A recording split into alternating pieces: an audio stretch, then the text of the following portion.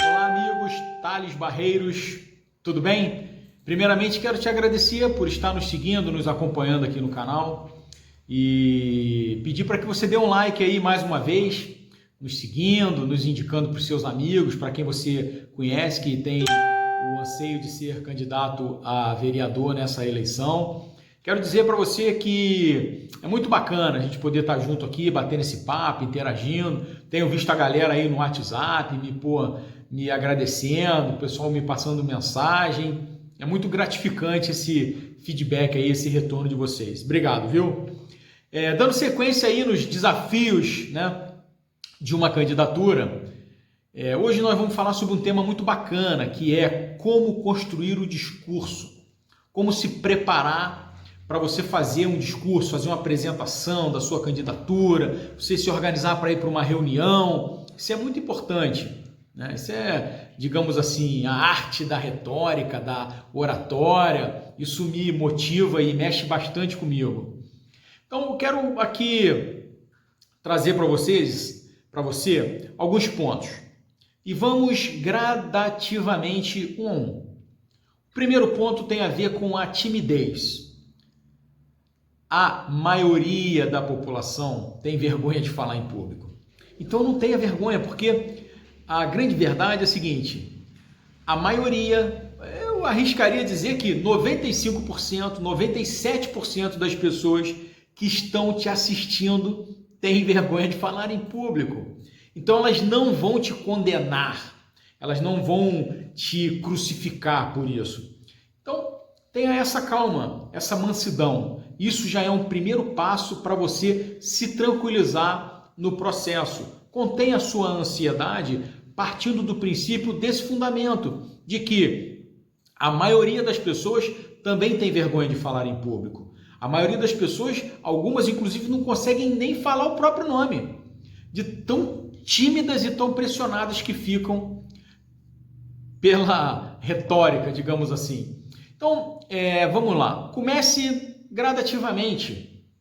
Estude, isso é importante, porque eu costumo dizer que, muito embora tenhamos essa certeza de que as pessoas elas têm timidez para falar em público, elas admiram quem o faz com, digamos assim, com louvor, quem fala bem, e é bacana você ver a pessoa apresentando suas ideias com eloquência, colocando claramente as suas proposições, interagindo na sua fala com a plateia. Isso é muito importante, mas você não vai conseguir fazer isso na sua primeira apresentação. Isso é um processo.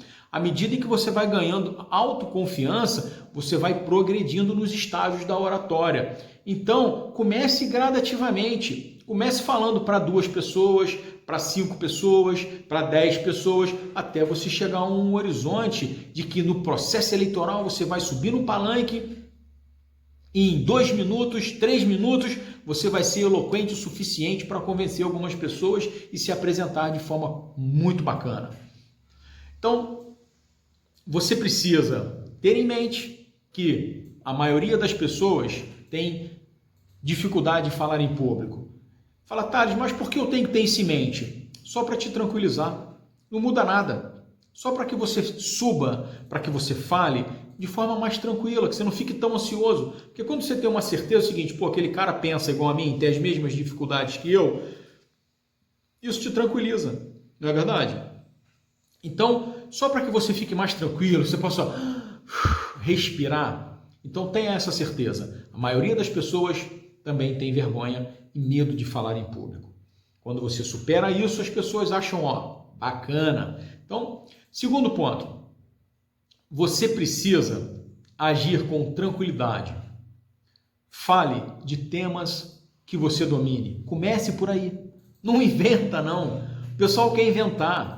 Não invente. Por isso eu venho falando, se organiza, estuda, defina os seus temas de campanha, quais são as suas propostas, começa o processo de adesão de pessoas, porque a arte da oratória, ela é um dom, tá? Ela é um dom, estimulado, tá? Ou natural. Então, você precisa compreender esse conceito do seu dom, de desenvolvimento dele.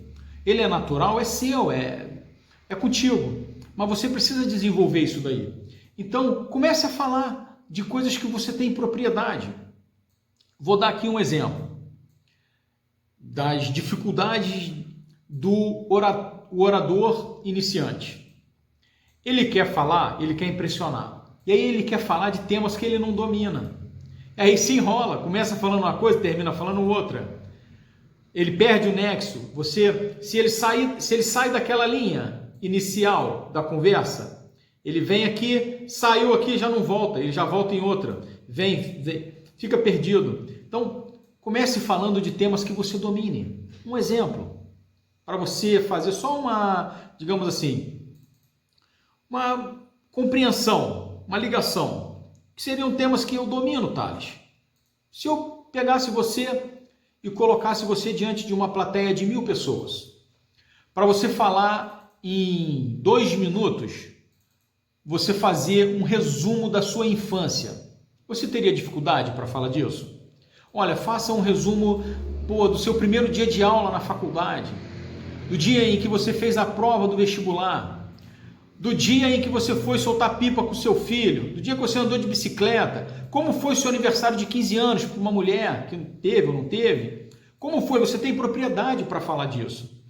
Então, se eu falar assim, como foi o aniversário de 15 anos da sua irmã, e aí você não estava no aniversário, você ouviu falar, você vai ter dificuldade, para quê? Para falar com propriedade acerca desse tema. A não ser que você estude esse tema, que você passe a dominar essa informação antes de falar. Por isso, a oratória, a arte de você falar em público e até mesmo a arte de você falar de improviso, não é improviso. O que você improvisa é o desenvolvimento daquele tema que você, de alguma forma, detém conhecimento.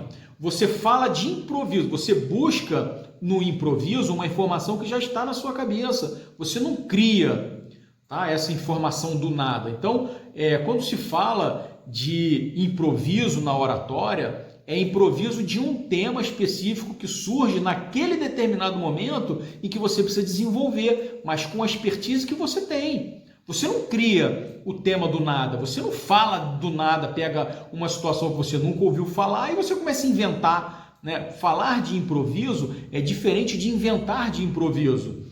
Tenha isso muito definido na sua cabeça, no seu conceito de criação do discurso. Então não existe um discurso sem planejamento. Você tem que estar planejado. Uma pergunta que eu quero deixar para você aqui também hoje é o seguinte: quando você fala, as pessoas entendem claramente o que você está falando? Ou elas ficam com dúvida? Porque se elas ficam com dúvida na conversa contigo, é que você talvez não esteja passando a mensagem de forma clara no dia a dia.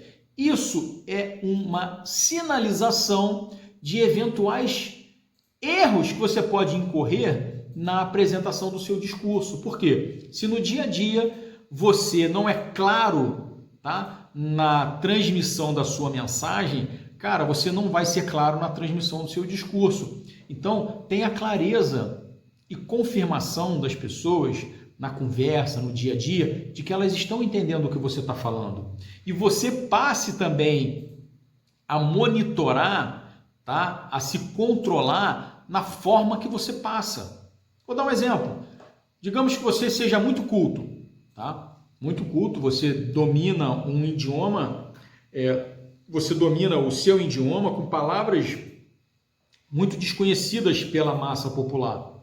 E aí você vai fazer uma reunião e você, muito culto, começa a fazer o seu discurso colocando palavras que o pessoal não entende. Ou seja, você vai transmitir a sua mensagem? Não. Você vai perder a plateia e não vai transmitir sua mensagem. Então você tem que adequar o seu discurso à realidade daquilo que você está falando. A identidade cultural daquelas pessoas. Isso é importante na formação do discurso. Então, quando a gente pensa em fazer o discurso, o grande momento, a gente precisa se preparar antes. Você precisa estudar os temas que você vai falar. Você precisa entender a diferenciação de controle de fluxo de informação daquilo que você está passando. Então, você tem o público fechado e você tem o público aberto.